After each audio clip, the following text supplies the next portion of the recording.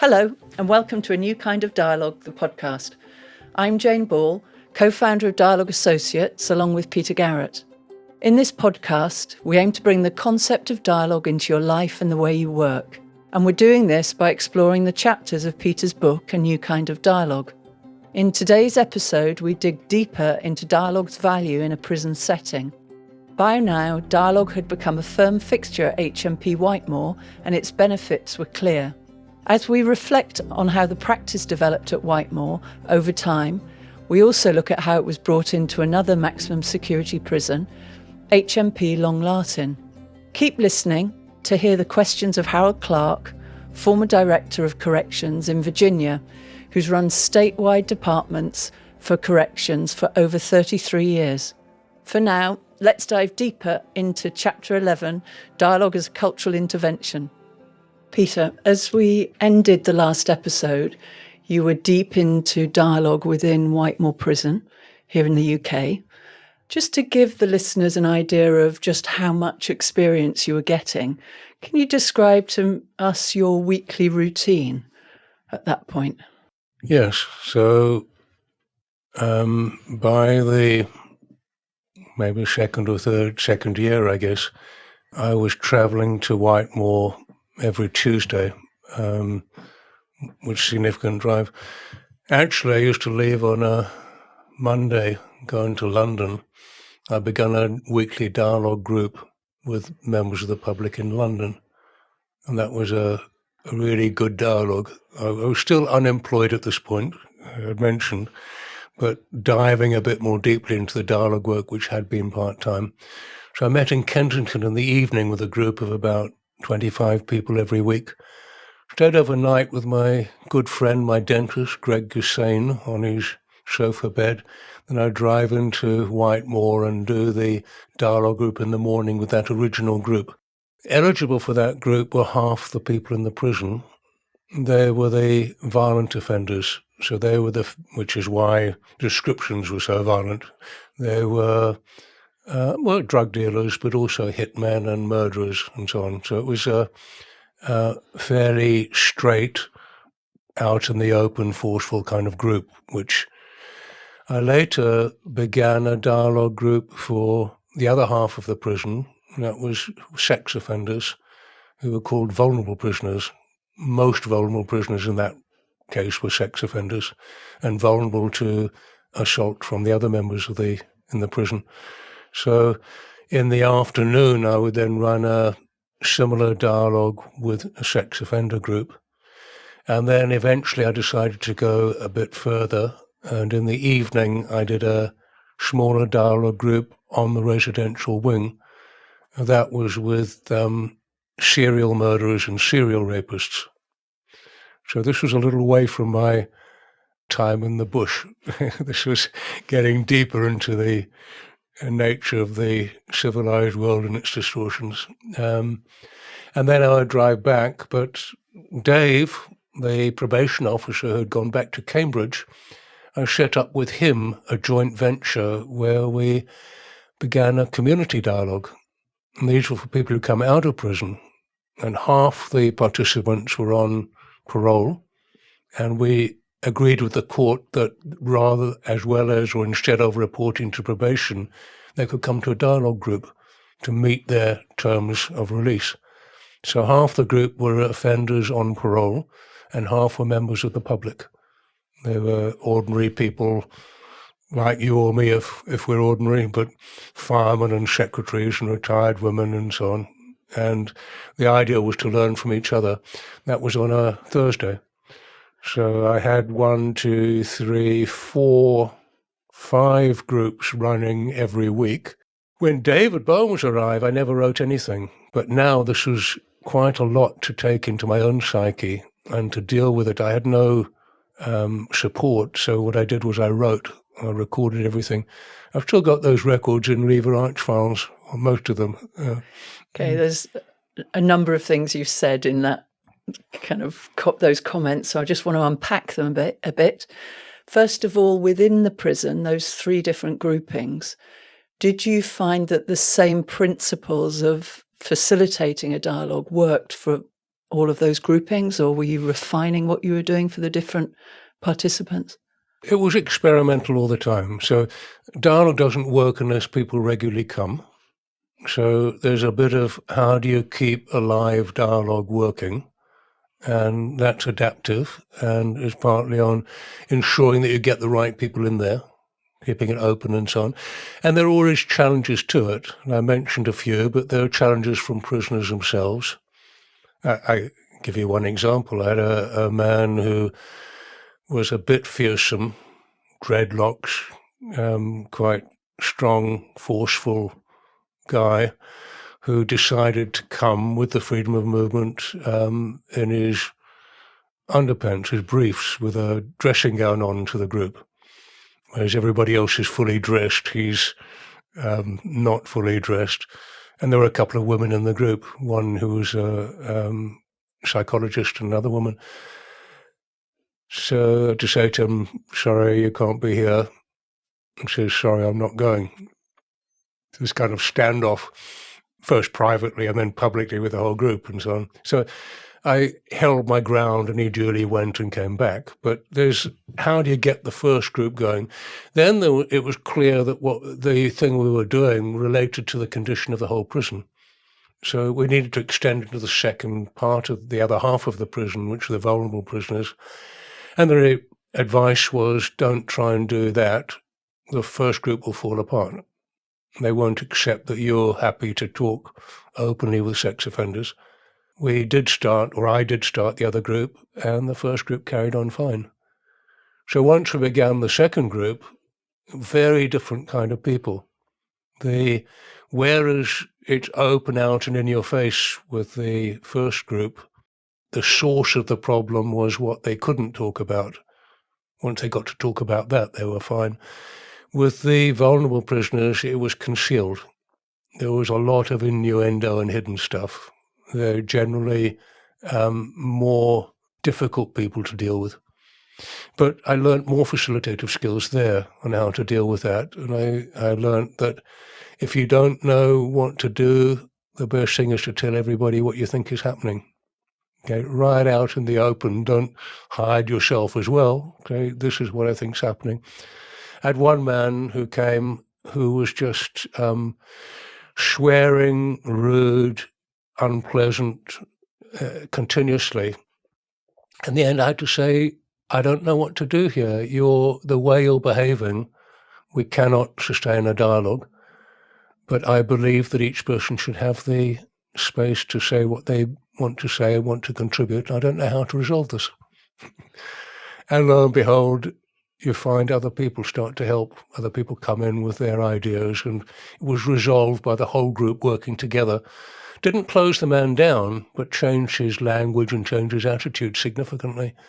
So the evening group, once we got to serial murderers and serial rapists, that was much more intense and a much deeper learning.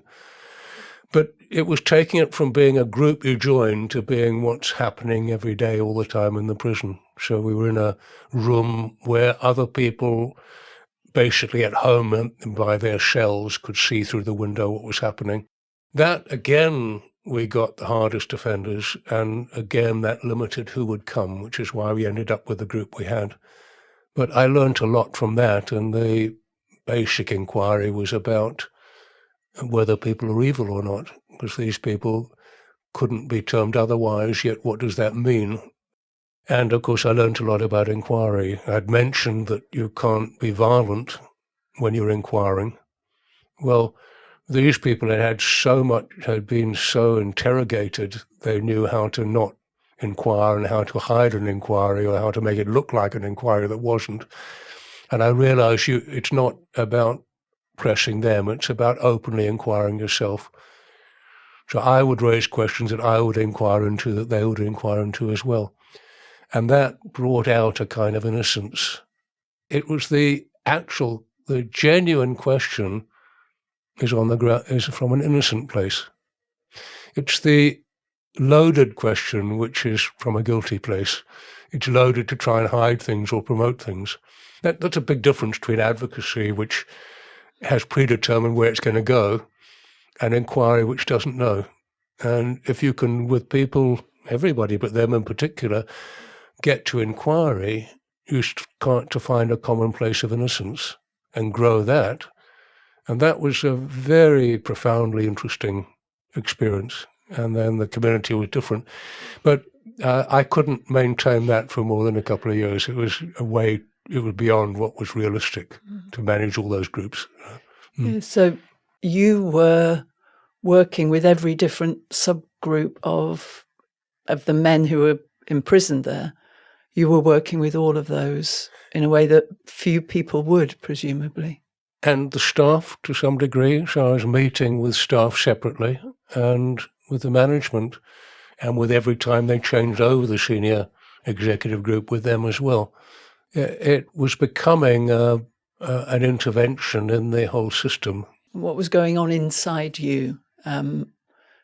You've mentioned that working with this very serious offenders in the evening was quite difficult to do, but actually holding that diversity of all of the energy and conflicts and differences within the prison itself must have been a lot of internal work for you to do to manage that. Can you say a little bit about it? I'd been interested in going as far as I could go in terms of travelling the world or travelling society and so on, but also travelling human experience. So I'd mentioned, taking drugs, taking LSD and so on. So I could say, well, what's the difference between taking LSD and running regular sessions with serial murderers and serial rapists? Well, in a way, they're similar. They're both going as far as you can go. But the difference here was, I started to realize, was why would I go into a prison anyway? I was trying to reconcile something in myself. Right? I was trying to reconcile the wild with the civilized. And at the end of the wild it has its own way of operating.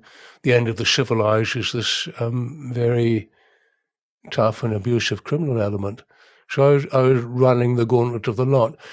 It left me more resolved and with deeper inquiries than I've had in other places, to be honest. It led me to look more at who I am and my motivations for what I do, particularly because I wasn't willing to share it with my friends and family and colleagues who had not signed up for that. So I'd come back working through some quite unpleasant things and have dinner with my wife and children and not talk about them, because that wouldn't be what I wanted to do. So I had to write. So I had to get stuff out to reflect myself. So it led me to be more reflective about what's going on inside me, as well as in what's going on in them. Yeah. I'd like to bring something else out now about your time in Whitemoor. You describe something, I think it was called the Right Relationships Conference, which was, I think, for all of the dispersal prisons, the kind of maximum security prisons in the country. And you ran a session there, which was, I think, really innovative, radical, maybe. Do you want to tell us more about that? So we had, at that time, two groups running in the prison, the original group and then the vulnerable prisoners group. We'd had university researchers come to the prison and join in. One was Alison Liebling, who I have a high regard for, also her boss, Gordon Bottomley, and others. And they were quite taken aback by what was happening in the dialogue group, both concerned about the size for some, but for others about the quality of conversation and learning. So it helped their research hugely. So we were known, but by very few people, for what we were doing. But as you say, the inspector of prisons asked for a conference of the maximum security prisons, and Whitemoor hosted it. And then Whitemoor had this idea, well, why don't we include the dialogue group in the conference? I think they felt they were pretty innovative to include offenders, prisoners. So they came and said, would you be happy to bring a group of prisoners into the conference? So I said I would, but I have a condition. What's the condition? The condition is that I choose the prisoners. They said, okay, you can choose the prisoners, but bring a dozen prisoners into the conference and we'll see what happens on the day. And of course, what I was going to do was let the prisoners choose. So in each group, I hadn't invited them to be in the conference, and they argued why they shouldn't be in the conference, why they should be in the conference, it was impossible, why they had to be there, and so on. And both groups agreed to participate. Then they argued who should be going and who shouldn't, and some volunteered and some got pushed and pulled out. And eventually we ended up with 6 from each side. And they didn't mix. When I say they didn't mix, it was serious putting them together. You could expect serious trouble. So either the one side of the prison or the other managed the kitchen. One occasion they found a condom in the custard and they had violence and had to turn over to the other half around the kitchen. It was like nasty. But I took the 2 halves into the same conference and they said, would you run a dialogue in the conference? Do you think I said yes or no? Yeah, of course I ran a dialogue in the conference. So we had, I don't know how many people, maybe 70 people, something like that, thinking back. What I did was we went for a topic which was about the segregation block. What's the experience of your men in this prison in the segregation unit? So we invited 6 to come from the segregation unit as well. So we formed a circle in the conference on the 3rd session of the day that included 6 from one side of the prison, 6 offenders from the other side, and 6 from segregation block. Dave Parsons came back and we ran this dialogue in the room. And we put concentric circles around it. So we had the whole conference in concentric circles, like a big circus with us in the middle of it, feeling very self-conscious that an awful lot of people, the people who came were all running prisons or running major departments, determining what happened in prison service. And we were going to have this conversation in the middle about the segregation block.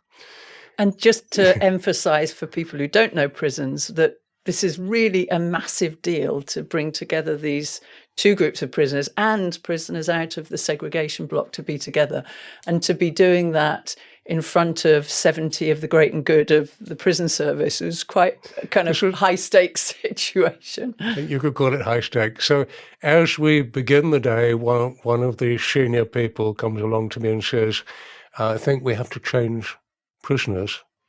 So I said, why do you say that? They said, well, one of the vulnerable prisoners was previously seriously assaulted by one of the prisoners on the other side.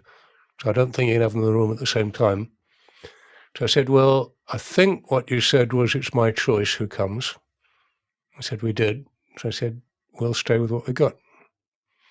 And they were courteous, they backed off, but they thought, more fool you if you want to try that. So when we began the dialogue portion, I mentioned that we had prisoners from both sides of the prison that in Whitemoor were held apart. Other systems don't do that, but here they had, and there were issues because they had, but that's what we had. So I signalled it, said it, but I didn't make it a major thing. And then asked people to talk about prisoners. What's your experience going to the segregation block? Staff, what's it like when they arrive? How do things work while people are there?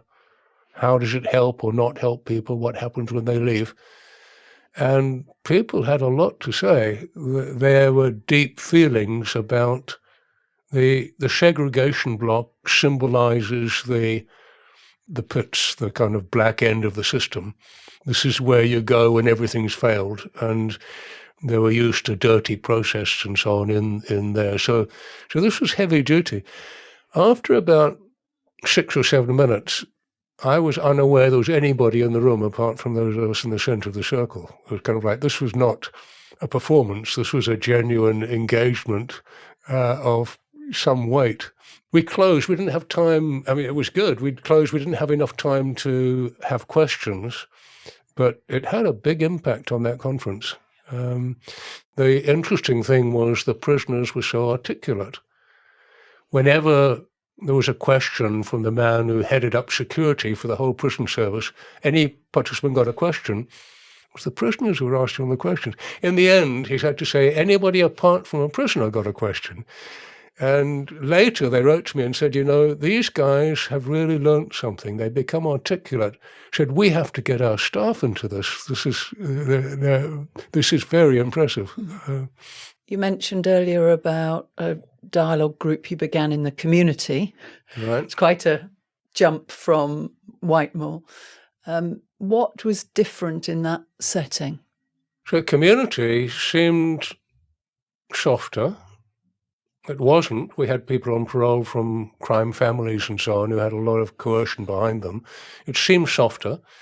It was more individualised because people lived maybe in a hostel, maybe in some other accommodation. Not many had their own homes, but they were from different backgrounds of those who were on probation.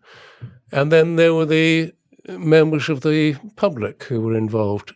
So, like all dialogues, there's a bit of an art of how do you get the right mix, get them in the room, get them working. There are always 2 or 3 probation officers present to meet the court requirement. But as we went, what happened was you started to see the challenge of how to come back and settle into the community. So people were saying, I have an interview for a job. Do I tell them that I've just come out of prison? And clearly everyone in the room said, if you tell them, you'll never get the job. It won't happen. So I've got to lie to get the job, yes.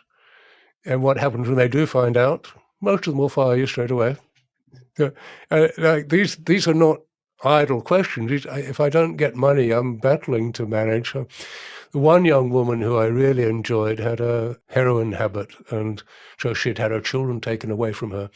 So she's really working to get a home, to get her kids back again, as well as battling with the addiction, which she's doing well. She got a job, and she came and told us, she said, I've got a job, I'm getting paid, but don't tell anyone.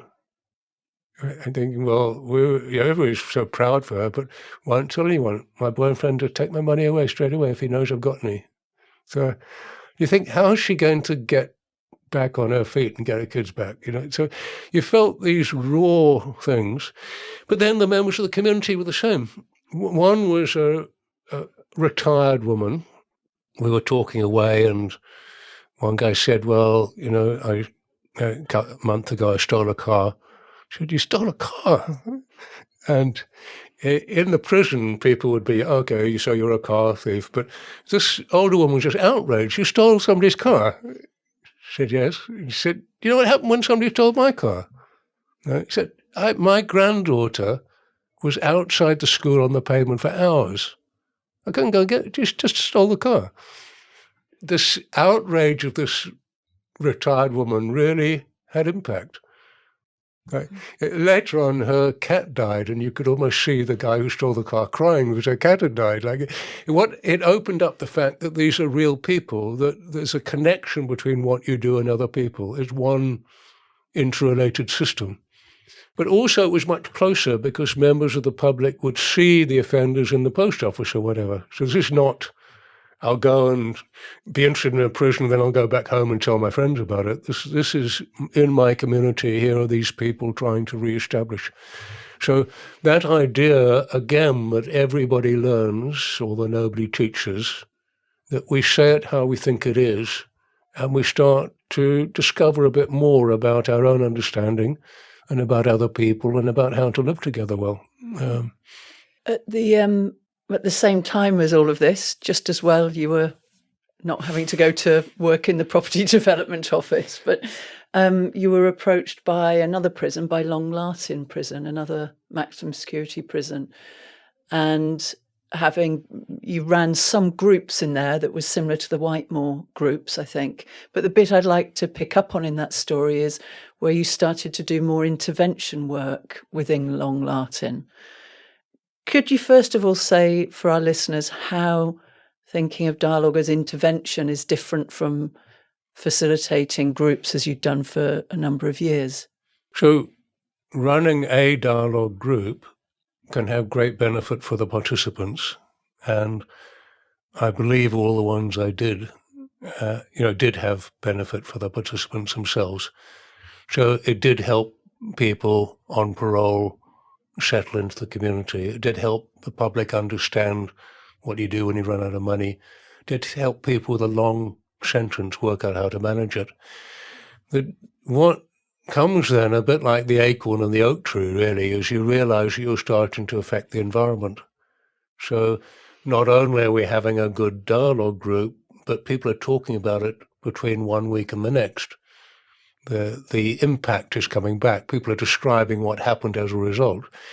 Then you start to realise, well, we could not only have a good dialogue for the participants, we could have a dialogue that affected the system as well. And what happened was, as you said, well, you didn't say a probation officer from another English maximum security prison or high security, Long Lartin, came to the dialogue group and said, can we get that going here? So we started one there. That was just a powerful group. We were in a room without a window and had yet profoundly sensitive, I would call it times spiritual conversations. They were impressive. One of the senior executives in the prison came to one of those dialogue groups. He came and joined in, which was unusual. At the end, he said to me, that was amazing. He said, I could do my job in a completely different way from what I'd thought. You know who I'm talking about, a man called Steve Holland. And he then said, no, we need to think how we might draw on you for this. So they began a new wing, a new housing unit, accommodation. They built a new one to expand the prison. And he said, would you help us with how we set that up to get the right culture in there? So we had a little, this is what you're looking for, a 3-part process where I said, well, which staff are going to run it? I said, fine. They built the building before it was occupied. I took all those staff, sat in the new building. How do you want this to run? And they had ideas, superficial, strong. I had them have a good dialogue about, now really, how do you want, if you could start from scratch, how do you want this to run? They came up with some quite good ideas and principles, knowing what kind of prisons they would have and what they might expect. I said, fine. I said, next, I need what prisoners are going to be put on there. They were put in batches, I think about maybe 8 at a time to build it up, but I need at least the first 3 batches, first 24. Let's sit down with them. I did, no staff present at all. Okay, with these, how do you want this to run? If it could work the way you'd like it, how would you like to be in prison here? So they came up with all their ideas. Then, when both were moved into the new unit, got them all together on the first full day, said, okay, how do you want this to run? And of course, they were prepared for what they wanted. And the main problem, like the original Whitemoor, is that a new building doesn't work. The kitchen electrics don't work or something, and that's where you get your trouble, is from quite basic stuff. But here they were talking about it, and they understood what the problems were, and they accommodated each other, and we created a very different culture. And we met every week with both staff and prisoners to talk about how they lived and worked together. That was the first time. That's an intervention. That's an intervention and a process of, one group and then the other group and then bringing them together. What led you to design it in that way? That's the first story we've heard of that kind of a process design, really. All the time there had been adaptive growth. All the time the acorns have been growing. So we were saying, how do you create a dialogue in a prison? Well, you've got to take things into account. How do you do it in a nursery school? Well, you've got different conditions. How do you do it in a university, in a government? So you've got different conditions. How do you manage them? I think it was the conference that made me realise that actually we got something here that will make a difference to the whole system. It's as the senior leaders in the system said, this should be with our staff as well, I realised we've got something to deliberately use in relation to the whole system. So from there, I was thinking not only of the group, but thinking of the system. Now, you think of the system as well, then you start to get the basics for the design. In this case, the question was, how do we not export our existing culture into a new housing unit, which is inevitable, and we have no way of stopping that happening? Let's intervene. So How do you do that? Well, what is it? How do we get there? So that was the beginning of that design process. We had more opportunities from there. That was a shift in the way in which the dialogue work developed. Did they create the culture that they were hoping for on that wing? They did. They did. Consciously, not unconsciously. If they had a problem, they knew where to take it into that forum to talk about it with the forum. But the thing is, it does depend not only on, in that environment, on the men who are in prison and on the basic uniformed staff. It depends on management as well. So you have to have management being willing to come and understand the situation and be willing to change policy and practices. If you don't, you're left with impotent uniformed staff. They end up saying, well, that's what I've got to do, that's what I'm told. So it does require the ability to engage senior management as well, or those who determine policy and practice. There was another prison where, just talking about this, the involvement of management and staff and the people who are incarcerated. I think you also worked at a private prison called Blakenhurst that was run by UKDS at the time. And that had a similar kind of mix, I think. That we could come back to the other one at Long Lartin if you like, but at Blakenhurst, this was now a definite invitation for intervention. So I had met a man in charge of Blakenhurst Prison, a man called Peter Siddons, and his wife did therapeutic work, and he realized the culture was not what it needed to be in that private, I think it was a local prison, what Americans would call a jail. And what he invited me to do was to work with a mix of men who were imprisoned, uniformed staff and management, a 2-day contract every month. And we were in it together, got paid for doing it. And of course, you know about this because you came and joined in it, so you can add your thought. But he was intentional in what he did. The prisoners didn't know whether they wanted to do it or not because they didn't know what it was. The staff were okay if it worked or not if it didn't. And the management knew they definitely didn't want to hear what prisoners had to say. So there were different requirements here. But if you look at that, because it was equivalent of a jail with high turnover, each 2 days we'd have some repeat participants and some who hadn't been before. And the big challenge there was, in Whitemoor, we'd established freedom of movement. Everybody was in the dialogue group in Whitemoor, apart from the detailed security officers. Everybody else was there because they chose to. Here, we were given, by contract, 20 prisoners in chairs, and we had to work out how might they want to be there. So this is a good facilitation test, isn't it? Can you get 20 people who don't know why they're there and may not want to be there in a short period of time? So it's exactly what we did. The first half hour, you've got to stay. After half an hour, you can leave if you like. Developed what you call a check-in in a particular way to do that. But that was interesting. The uniformed staff worked it out. Every manager did not want to come. And every manager left being willing to come back again. So this fragmented understanding of each other dissolved through that regular 2-day monthly session. And they had no choice, the executive group. If they didn't come, they had to get a colleague to come. So they were obliged to come, and that obligation gave them great benefit. It did change the culture there. Yeah. And 2 days of sustained dialogue for those participants. As you say, I attended these as well, was part of them in later years. That in itself is quite a big deal for prisoners who may not be used to, often they're in their cells on their own or with a cellmate. They may be in education, being talked at. Mm-hmm. An invitation to really attend and listen and be genuine themselves for 2 days is quite a big ask in a way. What did you find? It is. If you know what it is, normally when you go to a group meeting, you're being trained in something or taught something, and you're doing it for benefit to reduce how long you're going to be in prison. Whereas this wasn't about any of that. This was about thinking about your own situation and what's happening with yourself and other people. So it was actually a pleasure for people, I believe.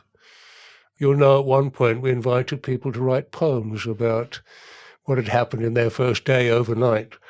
And if you read some of these poems, you'll see how much people appreciated what was there once they understood it.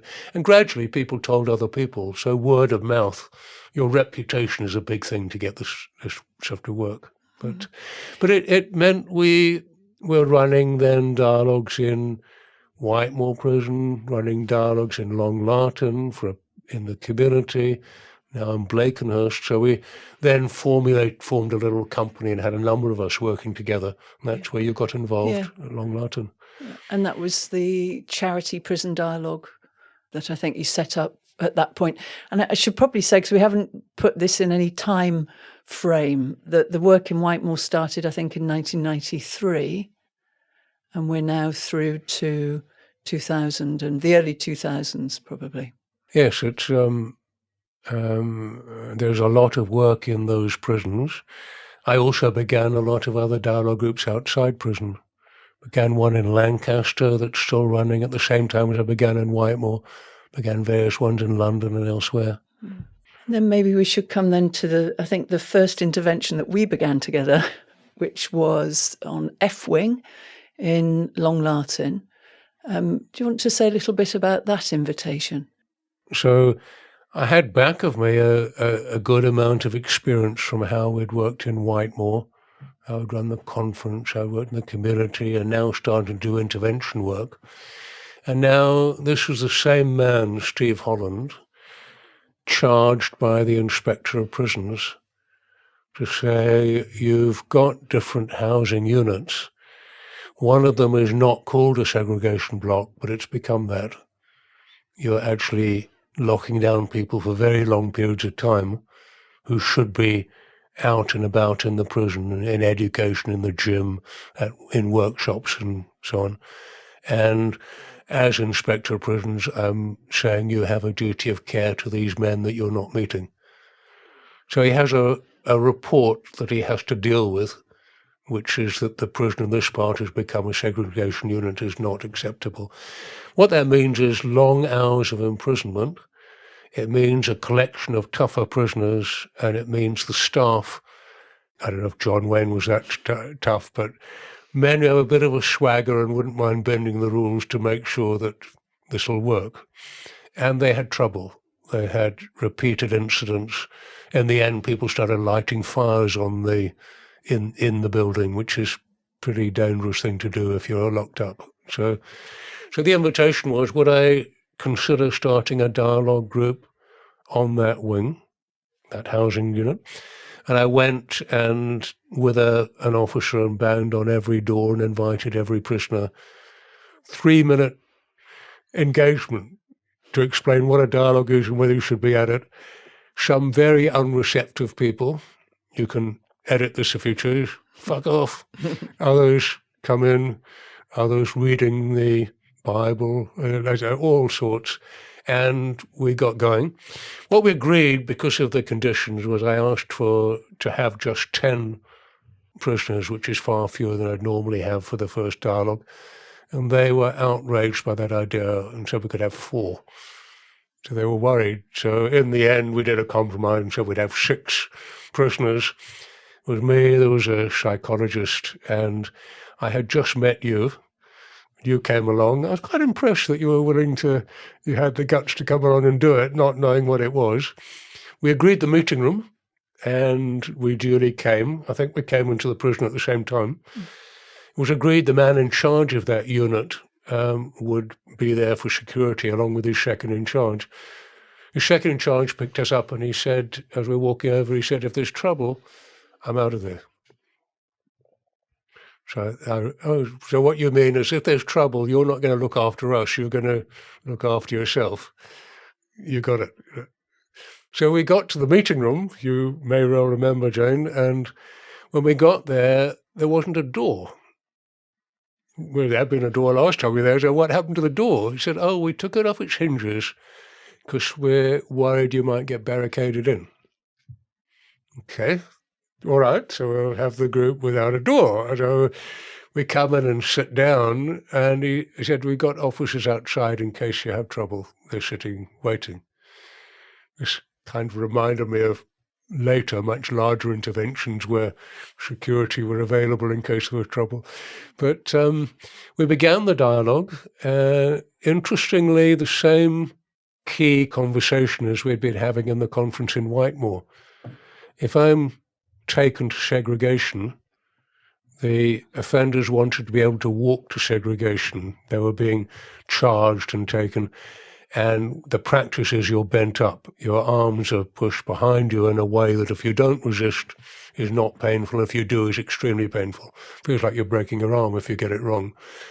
So that was the argument. And in the dialogue were the men who were being bent up and taken to segregation and the men who did it. So this was fairly straight-on conversation, you doing this to me and me doing that to you. Why do you bend men up? Because otherwise they can assault you.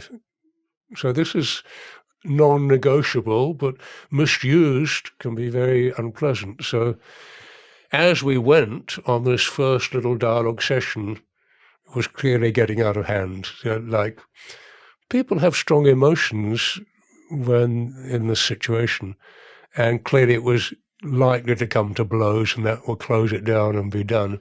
But I had a stroke of luck, and I don't know how well you recall it, Jane, but one of the men there who was, he was one of the stirrers, one of the troublemakers, but it was good, it was real. He had been in Whitemoor, and they moved people from prison to prison. He'd been in Whitemoor, he knew how the dialogue might work. And I said to him, you're going to have to calm this down, or we're not going to get a dialogue group. And he did. And then you see, these dialogue groups, they're all about power and control. And everybody has power in different ways and control in different ways. And you've got to get a balance of power and control for it to work. And if the prisoners are in control, you're in a mess. The staff are overusing their control in a way, or anybody is. It's the right use of power, which is the balance that allows the dialogue. And so from the beginning, I was reading, well, who's in charge of what? Who can say what? And what power do I need to do this?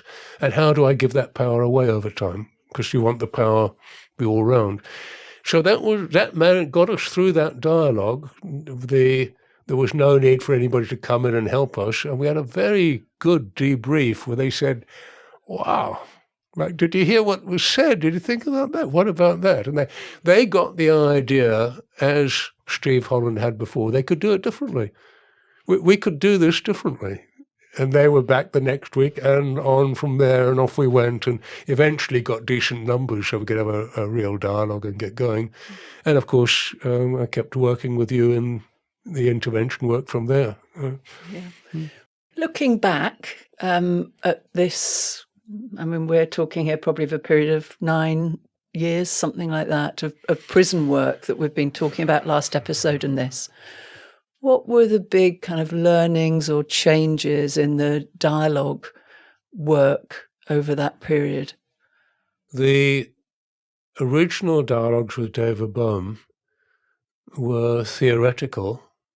They were immediate if you were aware firsthand of what was happening in the room, what was happening in yourself. And if you became aware of your own movement of thought and feeling, you could do something quite strong with them. But the work in the prison had a very real impact on people's lives. It affected day-to-day relationships that matter quite deeply. And in the community it did as well. So we're moving from a more philosophical, I wonder about group, what would happen if, down to what is happening and what to do about it now. And what I found, that is, as I was saying, an exploration of power. So the facilitator, in a way, is a power broker. How do you understand the power being used by each group? Now, actually in the prisoners have more power than the staff. is evidence at times, but it's the cooperation of the power available to both that makes the difference. In a school, the pupils have more power than the teachers. They could overwhelm the teachers easily, but they don't, because there's a way of working out how to work together. So the power broking is getting how to do that, but it has to bear fruit. So there's something about how do you run a dialogue so that everybody does learn. Now, if I'm learning and I'm benefiting, I want to come back. And as long as you keep learning and keep benefiting, that dialogue will grow and its influence will grow, its reputation, extend it. People need to be there because they want to be there. So there's this freedom of attendance. Or if you're obliged to be there, how does it become voluntary that I want to be there is one of the skills. And the other thing, of course, is that you need the control, the way of working to be commonly understood. So as a facilitator, be continually explaining why I did what I did. Like, ask somebody who hadn't spoken and they speak up and say, I'm pleased I did ask you, because sometimes you don't ask people who don't speak up, and today I decided I would ask you to speak up. And everybody knows, okay, you can ask people to speak up and so on. So a way of making what you're doing transparent and available was a large part of it. And then it has to be that you can talk about anything. You can't have a dialogue where you're not allowed to talk about certain things. It has to be open. It's not quite freedom of speech. It's freedom of topic. It's freedom of speech in that you are aware and you have accountability for your impact on other people. Sometimes freedom of speech is used in a way that you can abuse other people. It's not that. You have the right to say what you're thinking and feeling, and to take the other person seriously with what they have and what they're thinking and feeling. And of course, everybody's story starts to change a little bit. People become more human. There is a society rather than an organization or an institution. I don't know how else you would crack institutionalization, which is set attitudes and set limitations on what can be talked about and what can't be. There's a bit more in that there are times when you say, how could this all work out? Well, the answer is it always will, because it's all interrelated. The question is not how could you get it to be related. It is interrelated. The question is to realize how it's interrelated. So it's an inquiry into what's happening and what has happened, rather than an attempt to assemble a better society or something like that. Mm. So you mentioned Steve Holland, who was a sponsor and actually would show up in later chapters. He was an important person. Another important person, I think. I thought you were going to have a question from Steve Holland. No, I wish. Is Harold Clarke, because at the end of chapter 12, you mentioned this chance meeting. You were on a faculty of a seminar introducing dialogue to senior executives in Shell, the oil and gas multinational. And one of the delegates was the director of the Department of Corrections in Nebraska, who probably wasn't expecting to meet somebody who had such extensive experience in prisons and the criminal justice system. But that was Harold Clarke, and you have had a sustained relationship with him ever since. And he has offered some questions for you, and we're going to hear from him now with one of his questions. Well, I'm delighted, and thank you. How would you, Peter, compare the dynamics of a prison dialogue to the free world dialogues that you participated in? Good. Well, thank you for the question, Harold. I think we're going to hear a lot more about Harold Clarke as we move forward, so pleased to have his voice in now.